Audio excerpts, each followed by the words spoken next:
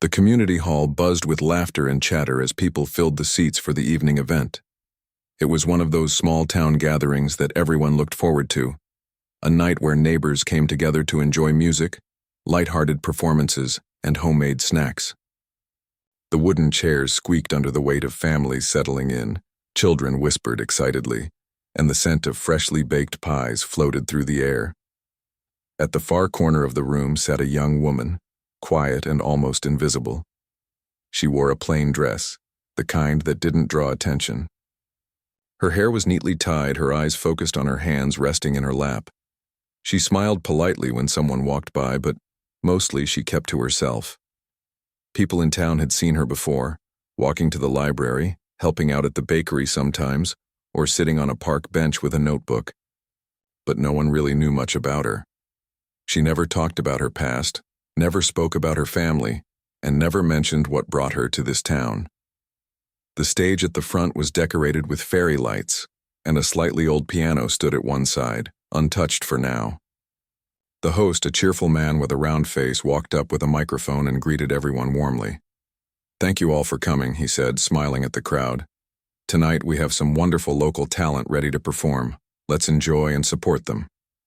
One by one, the performers came up. A few kids sang songs they'd practiced for weeks. A teenage boy recited a funny poem, and an older woman played the violin. The audience clapped after each act, cheering with friendly enthusiasm. It wasn't a grand event. It was something much more genuine, filled with warmth and community spirit. But when it was time for the next performer, the host looked a little uneasy. He checked his list, glanced toward the piano, and then spoke again. "Well, it seems our pianist couldn't make it tonight," he said with a chuckle, trying to hide his disappointment. "That's a shame. We were looking forward to some music from those beautiful keys." A few people murmured among themselves. Some kids giggled. The piano stood silently, almost like it was waiting for someone to wake it up. The host, in an attempt to keep things lively, said, "Is there anyone here who knows how to play, even just a little bit? We can have some fun with it." The crowd laughed, but no one raised a hand. The silence stretched awkwardly. Then someone from the back, and an older lady who ran the flower shop, pointed toward the quiet woman in the corner. "She might know a bit," the lady said kindly. "I've seen her stop by the music shop a few times. She always looks at the piano inside like she misses it." All eyes turned toward her. The woman froze for a moment, surprised. She gave a small, nervous smile, shaking her head slightly as if to say, "Oh no, not me." But the host encouraged her warmly. "Come on, give it a try. No pressure, just for fun. We'd love to hear something." People began clapping lightly, urging her on. The attention made her cheeks flush. For a second she seemed to consider slipping out quietly, pretending she needed to leave. But then something in her expression softened. Maybe it was the kindness in the crowd's faces or the sound of that lonely piano waiting on stage. She took a slow breath and finally stood up. The room quieted a bit as she walked toward the front, her steps small and hesitant. The host smiled, stepping aside to make room for her. "Take your time," he said gently. She sat down at the piano bench. Her fingers hovered above the keys, but she didn't press them right away. The hall was so quiet now that even the sound of the lights buzzing could be heard. She glanced at the audience, rows of expectant faces, warm and curious. Then she looked back at the piano, tracing one key softly, almost like greeting an old friend she hadn't seen in years. The piano was a little worn out. Some keys had scratches, the wood had faded, but when she touched it, there was something familiar, something safe. She rested her hands on the keys, took one more deep breath, and closed her eyes. No one spoke. No one moved. Then she began to play. At first it was slow and unsure. A few quiet notes that floated gently across the room. But as her fingers found their rhythm, the melody began to grow. Her hands moved gracefully, each touch precise yet full of feeling. It was like the piano had been waiting just for her. The crowd leaned in, mesmerized. The music filled the space, soft but powerful, rising and falling like a wave. The melody had a strange pull, sad and beautiful at the same time, as if it carried a story only she could tell. The woman's face softened, her eyes still closed, completely lost in the sound. For the first time in a long while, she wasn't thinking about who was watching. It was just her and the music. People exchanged looks, astonished, moved, caught off guard. No one had expected this from the quiet stranger who always kept to herself. Even the host stood still, his mouth slightly open, not daring to interrupt. A little girl in the front row whispered to her mother, "She's amazing." Her mother nodded, wiping away a tear she didn't expect. As the melody continued, it changed, from something gentle and sad to something stronger, filled with determination. Every note seemed to come from deep within her, telling a story of pain and healing, of loss and courage. The music didn't need words, it spoke directly to the heart. She played for several minutes, completely immersed. When she finally lifted her fingers from the keys, the final note hung in the air like a soft whisper. For a heartbeat, there was silence. The audience didn't even breathe. Then, all at once, the room erupted in applause. People stood up, clapping and cheering, some shouting, "Bravo," and "That was incredible." The woman opened her eyes, startled by the noise. A shy smile spread across her face, and she quickly looked down, embarrassed by the attention. Her hands trembled slightly. She hadn't expected such a reaction. She had only meant to fill a quiet moment, not create one that everyone would remember. The host returned to the stage, clearly moved.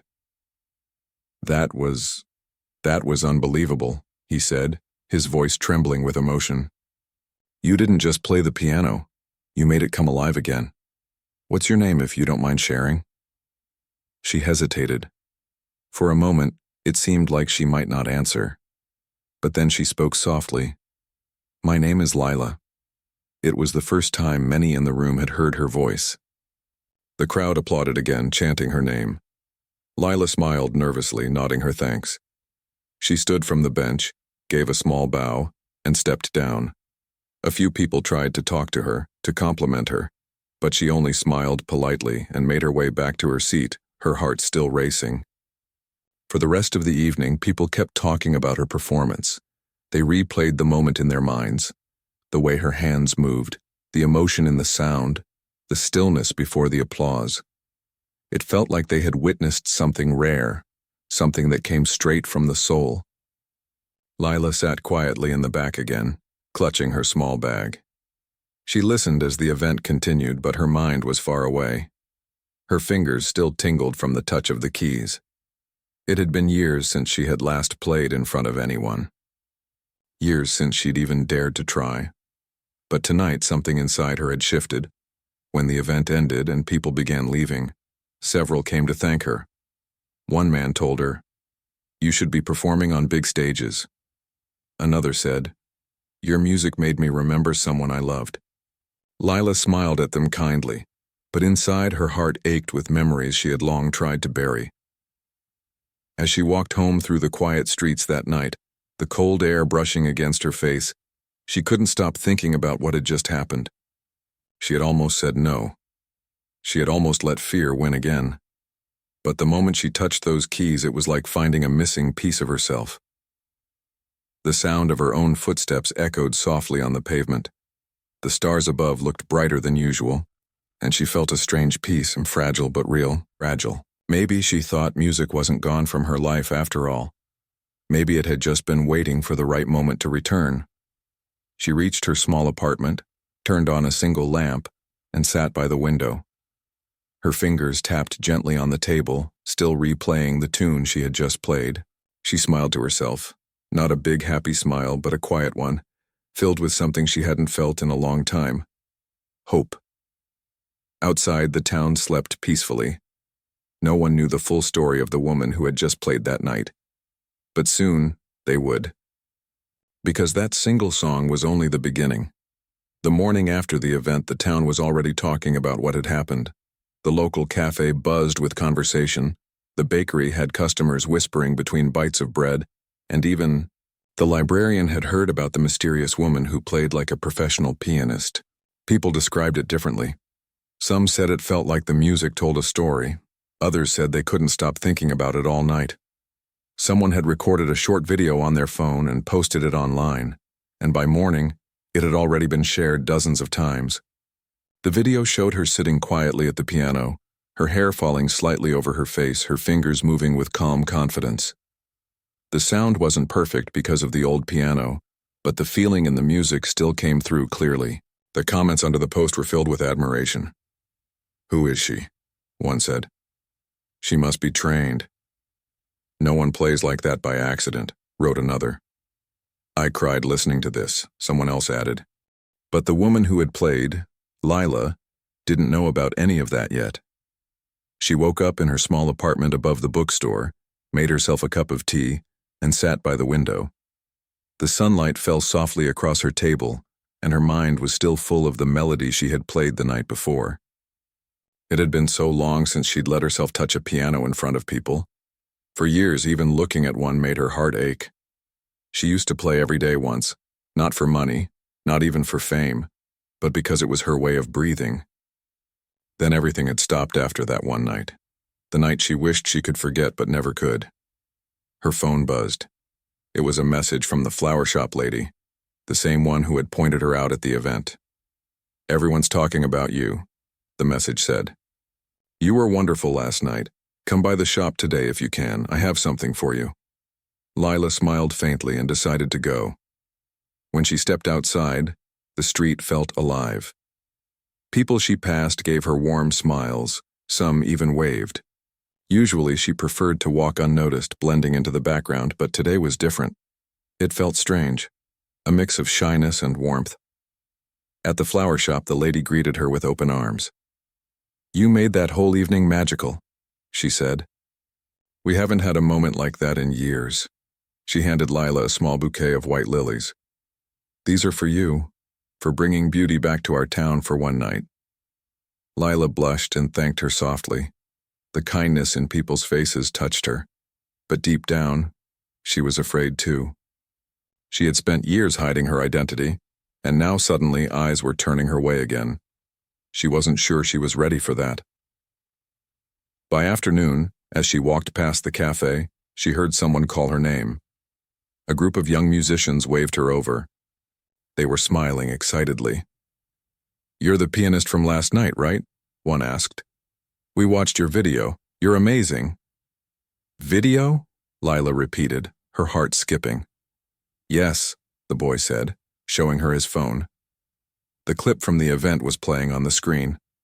The sound of her music filled the small space between them. She froze for a moment, watching herself play, something she hadn't seen in years. The boy continued, "You should perform again. We're planning a small concert next month to raise funds for the community center. We'd love to have you." Lila felt her stomach twist. "I don't know," she said slowly. "I haven't performed in a long time." One of the girls smiled gently. "You should think about it. People loved hearing you. You made us all feel something real." Lila thanked them and walked away, but the words stayed in her mind. She hadn't thought of performing again, not since her world had fallen apart. She told herself she'd moved on, that it was safer to live quietly. But deep down, she missed the way music made her feel alive. When she got home, she sat at her small table again, the lilies resting beside her cup of tea. She stared at them for a long time, lost in thought. Then she took out a small, old photo from a drawer. It showed her sitting at a grand piano years ago, smiling beside two people, her parents. Her father had his arm around her shoulder, and her mother's hand rested proudly on the piano. That picture had been taken right after one of her first public performances. Lila traced her fingers over the faded image. Those were the days she used to dream of traveling the world, playing in grand halls and writing her own compositions. Her parents believed in her more than anyone. But then came that rainy night, the drive home after her biggest concert yet, when everything changed. She didn't remember the crash clearly, only the sound, the darkness, and the hospital lights afterward. When she woke up, she was told they were gone. After that, the piano became her silence. For months, she couldn't even listen to music without breaking down. The conservatory tried to reach out, her old teacher sent letters, but she never replied. She left the city quietly, moving to a small town where no one knew her past. She took simple jobs, avoided attention, and promised herself she would never perform again.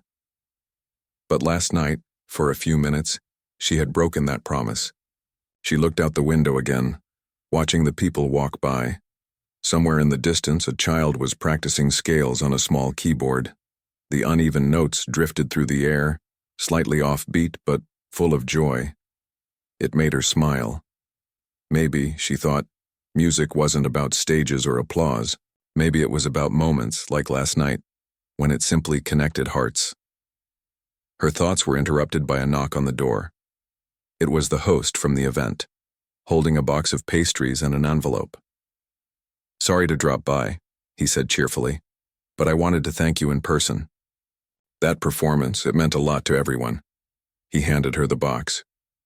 "These are from everyone at the hall, just a little thank you." Lila smiled. "That's very kind of you." He hesitated before speaking again. "I also wanted to ask, would you be open to playing again sometime?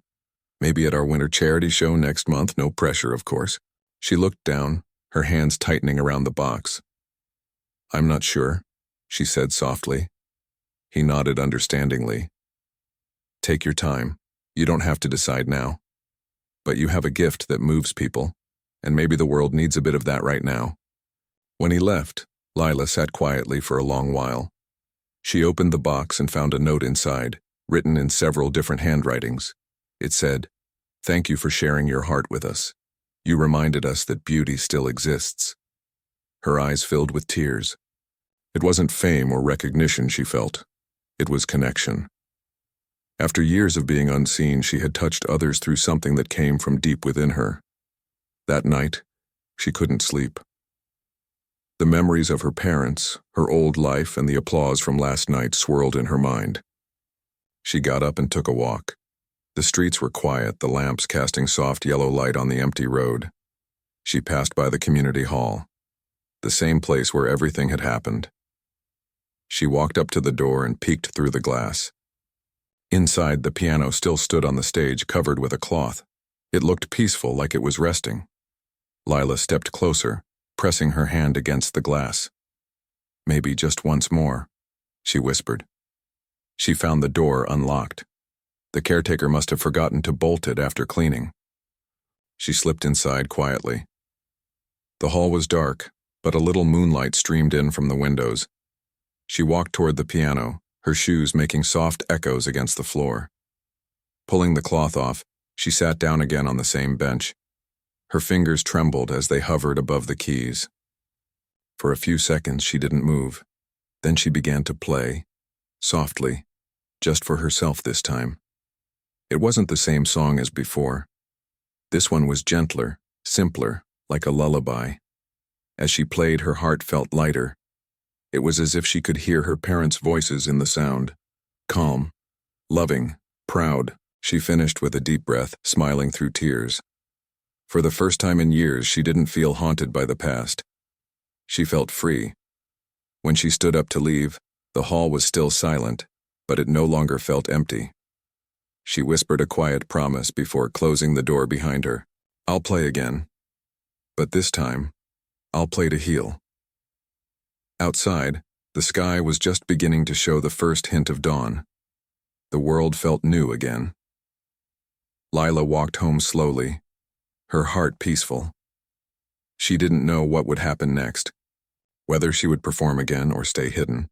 But one thing was clear. Music had found her again, and this time she wouldn't let it go. Days passed after that quiet night in the community hall.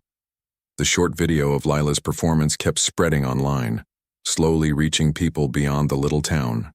It wasn't going viral in the way flashy videos did, but it found its way to hearts that needed something gentle and real. People commented things like, "I felt peace listening to this," or "It reminded me of my mother's piano." But while the world listened, Lila kept to her calm routine. She spent her mornings reading in the library, her afternoons helping at the bakery, and her evenings walking by the river. Her life looked simple again, but inside her, something had changed. The music had woken a part of her that she thought had vanished forever. Sometimes she'd sit by the river and tap her fingers lightly on her knees, playing invisible keys. The sound of flowing water became her rhythm, the whisper of wind her background melody. She didn't realize how naturally her hands still moved, how much her body still remembered the language of music. One afternoon, while she was at the bakery, the shop bell rang and a man in his 40s walked in. He wore a scarf and carried a camera around his neck. He bought a loaf of bread, but before leaving he paused and looked at Lila carefully.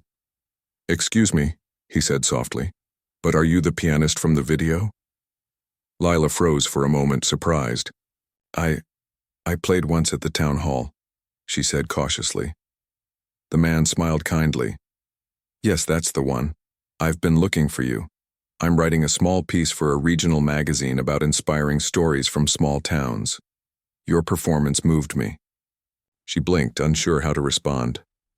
"I don't really do interviews," she said quietly. He nodded respectfully. "I understand. But if you ever change your mind, here's my card. I think your story could give people hope." After he left, she turned the small card in her hands. It had his name, his publication, and a simple message written at the bottom. "Your music heals hearts." That night she couldn't sleep.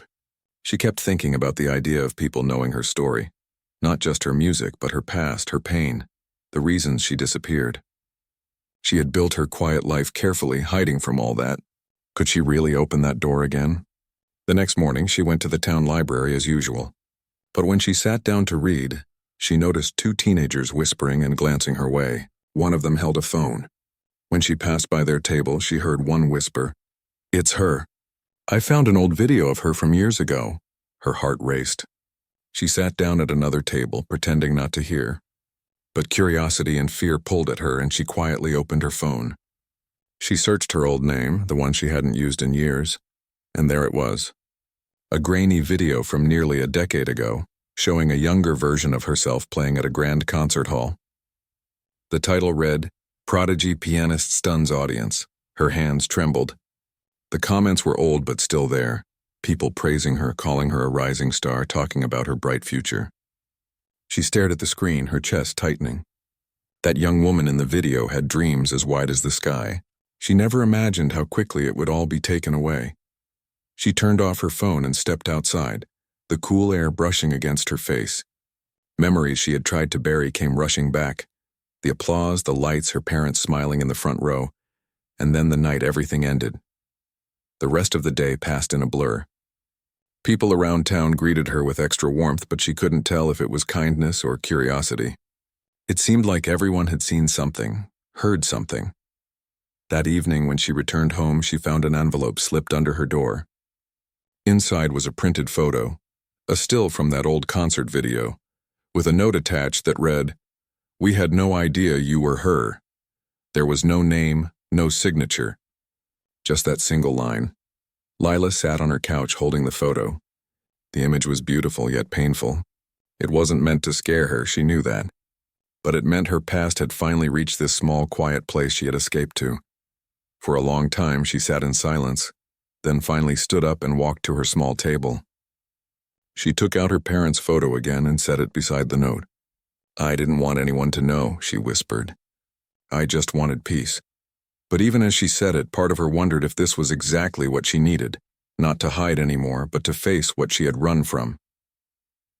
The next day, she returned to the flower shop. The lady there looked at her with gentle eyes. "You're becoming famous again," she said with a little smile. "People can't stop talking about you.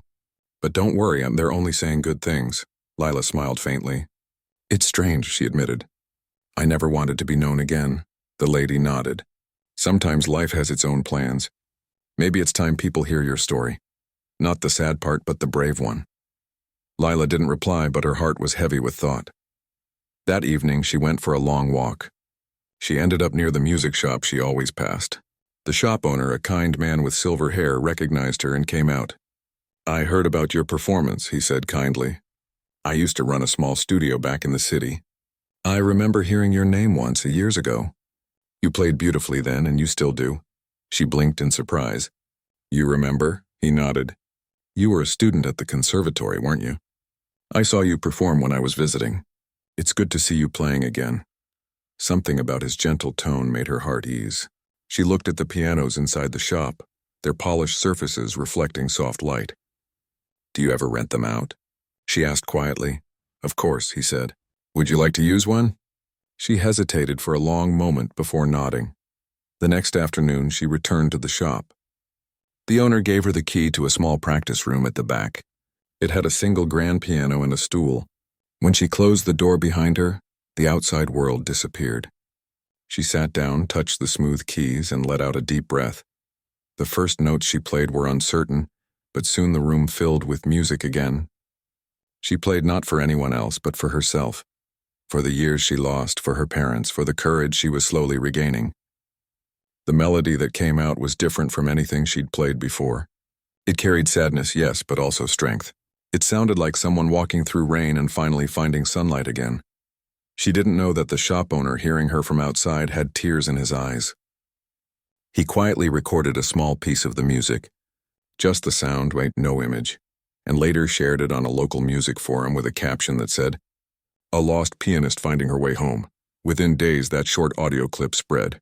People were drawn to the feeling in it, the sincerity, the way it sounded like hope. Someone eventually connected the dots between that recording and the old concert video. They wrote a blog post about her, about the young pianist who had vanished after tragedy and was now quietly reappearing in a small town. When Lila read it, she felt a strange calm. It told her story with kindness, not sensational, not invasive, just truth told gently. It spoke about grief, healing, and how courage doesn't always mean standing on a big stage. Sometimes it's simply sitting down at the piano again after years of silence. People began sending her letters through the community center, not fan mail, but heartfelt messages. Some said her story reminded them to start painting again, to sing again, to dream again after loss. Reading those words made her cry softly. For the first time, her pain had turned into something that gave others strength. A week later, the host from the event visited her again. "The winter show is coming soon," he said. "We'd love for you to play.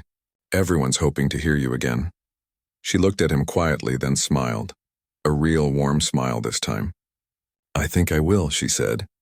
That night, she sat by her window looking out at the stars. The town below was peaceful, the same streets she had once walked trying to disappear. But now she felt different. She wasn't hiding anymore. Her fingers traced slow, invisible notes on the windowsill. The melody was already forming in her mind, not a sad song, not a farewell, but a promise. She whispered softly into the quiet night, "I'll play again, this time not to escape my past, but to honor it." And with that, her heart finally felt light. The music that had once been her pain had become her strength. Snow began to fall over the small town, dusting the rooftops and covering the streets in a soft white glow. Winter had arrived, and with it came the same event everyone had been talking about for weeks, the community's annual charity show. This time there was more excitement than usual. Posters hung in cafe windows and outside shops showing the schedule of performers. Near the bottom, in small, simple letters, it read, "Special piano performance. Lila." People who had seen her play before couldn't stop talking about it. They told newcomers about the quiet woman who sat down at an old piano and filled the hall with music that made everyone fall silent. For many, it was still one of the most beautiful memories of the year. Lila, on the other hand, felt both calm and nervous. Every day, after finishing her work, she went to the small practice room behind the music shop. It had become her little world, quiet, peaceful, and safe. The shop owner sometimes listened from the hallway, never interrupting. He knew that what she was preparing wasn't just a performance. It was something much deeper. She had spent hours composing a new piece, not one she had learned from others, but something of her own. It began with a soft melody that carried traces of her past, and slowly it grew stronger, brighter, filled with the courage she had found again. The music spoke of pain, yes, but also of healing, of hope, of finding beauty in brokenness. Every time she played it, she imagined her parents listening. In her heart, she could almost see them smiling, the way they used to during her early recitals. The night of the winter show arrived. The town hall glowed with golden lights, the air filled with laughter, the smell of cocoa and cinnamon drifting everywhere. Families came wrapped in scarves and coats, holding hands, eager for the night ahead. Inside, The hall was decorated beautifully. Candles on tables, garlands along the walls, and in the center of the stage stood the same old piano, polished and shining as if waiting for her. Backstage, Lila sat quietly, her hands folded in her lap. She could hear the sounds of people talking and the music from the acts before hers. Her heart was calm but steady, like it understood this moment was important. She didn't think about fear anymore. She thought about what music had given her, and what it could give back to others. The host came to check on her. "You ready?"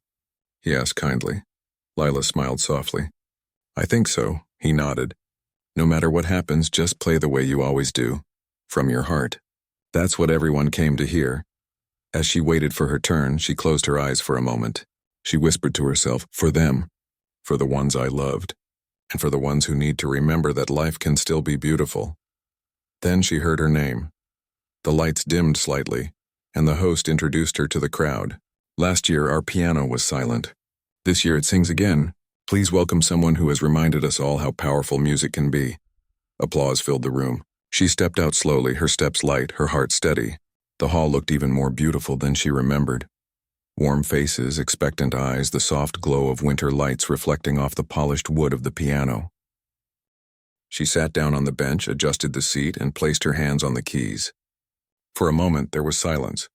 She could feel the audience's quiet attention, not pressure, just warmth. Then she began to play. The first notes drifted softly through the air, tender and slow. The melody carried a sense of longing, like a memory whispered through time. It was gentle, like snow falling, fragile but full of meaning. Every sound seemed to tell a story, of the nights she cried alone, of the dreams she had let go, and of the moment she found her way back to the piano. As she played on, the music began to change. The soft sadness gave way to something stronger, more alive. Her fingers moved faster now, gracefully but with purpose. It was as if the song itself had decided to stand up, to fight through the cold, to find light again. The audience watched in silence. Some closed their eyes, others leaned forward as if they didn't want to miss a single note. The melody filled the hall, rising and falling, each chord echoing through the room like a heartbeat. For Lila, time disappeared. There was no crowd, no stage, and only the sound and her heart moving with it. In those moments, she wasn't the woman who had lost everything. She was the girl who once played with joy, the daughter her parents believed in, and the artist who had finally come home to her purpose. The climax came like a sunrise, bright, bold, and full of life. The piano seemed to breathe with her, every note lifting higher and higher until it filled every corner of the room. The sound wasn't perfect, but it was real, deeply human, and that made it beautiful. Then came the ending, soft again, like a gentle goodbye. She let her fingers rest on the final note and held it there, letting it linger before slowly lifting her hands away. Silence. For a few seconds, no one moved. It was the same kind of silence as before, not empty but heavy with emotion. Then suddenly the hall erupted in applause. People stood up, clapping, cheering, wiping tears from their eyes. The sound filled the room completely, and Lila felt tears rise in her own eyes. She stood and bowed slightly, overwhelmed. The faces in the crowd were smiling, some crying, some whispering to each other. The host came back onto the stage, visibly moved. "That," he said softly into the microphone, "was more than music. That was a gift." Lila smiled, her hands still trembling a little. "Thank you," she said quietly. Her voice was barely above a whisper, but it carried through the hall. After the show, people came to her with kind words. Some hugged her, others just smiled and said, "Thank you for tonight." She listened, grateful but humble. She didn't want fame or attention, only connection. When the hall finally emptied and the lights dimmed, she sat down at the piano one last time. The room was quiet now, the only sound the soft hum of the heater and the faint creak of the wood beneath her fingers. She looked at the keys and smiled. "We did it," she whispered. The shop owner approached quietly from the back, holding her coat. "You've given this town something they'll never forget," he said kindly. Lila smiled. "I think it gave something back to me, too." As she stepped outside, snowflakes brushed against her face. The streets were nearly empty, the lamps glowing softly against the fresh snow. She walked slowly, her footprints the only ones marking the path. Each step felt lighter than the last. When she reached home, she placed a small candle by the window and lit it. She sat down beside it, wrapping her hands around a cup of tea, her mind still echoing with the music she had played. She thought about how far she had come, from silence to sound, from fear to peace. The pain would always be a part of her, but now it no longer controlled her. It had become part of her story, one she could share through every note she played. That night, she dreamed of her parents. In her dream, she was back on that grand stage, the one from years ago. They were in the front row, smiling proudly. Her mother clapped softly, her father gave her a thumbs up, and the lights above shone brighter than ever. When she woke up, there were tears on her face, but she was smiling. Over the next few days, people continued to talk about the performance. Someone had recorded it again, and the new video began spreading online just like the first one. But this time, when people recognized her, she didn't hide. She accepted that the world would know her story. Not the tragedy that once defined her, but the courage that came after it.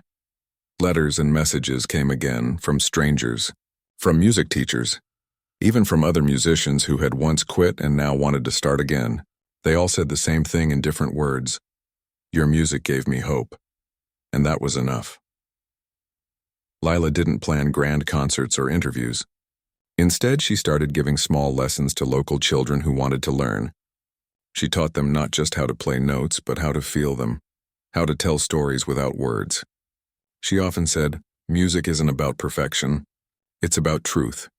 Each day she played a little more, and sometimes at home, sometimes at the hall, sometimes just by the river where she once sat in silence. And every time her heart grew lighter. The winter slowly began to fade, and the town waited for spring. But one thing remained. The memory of that night, when a once-hidden pianist returned to the stage and poured her soul into a masterpiece that healed not just herself, but everyone who listened. And though she never said it out loud, she knew that the music would never leave her again. Spring arrived quietly in the town. The air smelled of wet earth and fresh blossoms, and the streets were lined with small buds that promised new beginnings. Lila walked slowly, taking in the soft colors and the gentle warmth that replaced the winter chill. For the first time in many years, she felt a sense of ease in her life, as though each step she took was part of a path she had finally earned. Her days were now filled with music, but not in the way they had been before. She no longer performed solely for an audience or for recognition. Instead, she played to connect, to herself, to her memories, and to those who wanted to learn. The small practice room at the music shop became her sanctuary, where she taught children and teens how to play. She had started with only a few students, but word spread quickly. People came not just for lessons, but for guidance, for the way she listened, and for the way she encouraged them to find their own voice. Lila's lessons were simple, but meaningful. She didn't insist on perfect technique or flawless execution. Instead, she taught her students to feel the music, to let it flow naturally from their hearts. It's not about hitting every note perfectly, she would say softly. It's about telling a story. Your story. Parents watched as their children flourished under her guidance. They had seen shy kids transform into confident young musicians, their eyes bright with pride and excitement.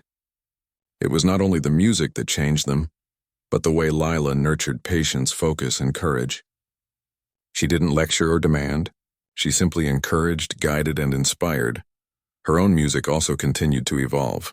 Every evening she would sit at the piano in the shop or in her small apartment, letting her fingers move freely across the keys. Sometimes the melodies were soft and reflective, other times bold and triumphant. Each piece carried fragments of her life, the joys, the sorrows, the moments of fear, and the breakthroughs of hope. Each note was a testament to her journey, a bridge between the past she had survived and the future she was creating. Though she now shared her gift openly, she never sought fame. The small town became her home not because of its quiet streets or familiar faces, but because it allowed her to rebuild herself at her own pace. People came to hear her play, but they also came to see someone who had overcome profound loss and returned not bitter, but gentle, patient, and strong. One morning, she received an unexpected letter. The envelope was thick, cream-colored, and smelled faintly of old paper. Inside was a handwritten note from someone she had never met, a music teacher from a distant city. The letter spoke of a student who had been struggling to find their way, someone who had stopped believing in their own abilities. Listening to your music online, the letter said, I realized that hope can be found in the smallest sounds. Your story inspired me to help my student keep going. Lila held the letter close, tears forming in her eyes. She realized how far her reach had extended without her even knowing. Her quiet return to music had sparked courage in someone she would never meet, and that simple fact filled her with quiet satisfaction. She had begun to understand that her music, born of grief, had transformed into something far greater, a force for connection and healing. That afternoon, she returned to the community hall where she had first performed publicly. The winter show had ended months ago, but the hall had remained a place of familiarity and warmth. She walked slowly toward the stage, her hands brushing lightly against the polished wood of the piano. Sitting down, she let her fingers rest on the keys. For a moment, she did nothing but breathe, feeling the silence settle around her. Then she began to play. The music started quietly, almost hesitantly, like a gentle conversation with herself. But as the notes flowed, the melody grew stronger, richer, more confident. Each chord carried memory. Each scale carried hope. She played not for applause, not for recognition, but because she could. Because she had chosen to embrace her gift again.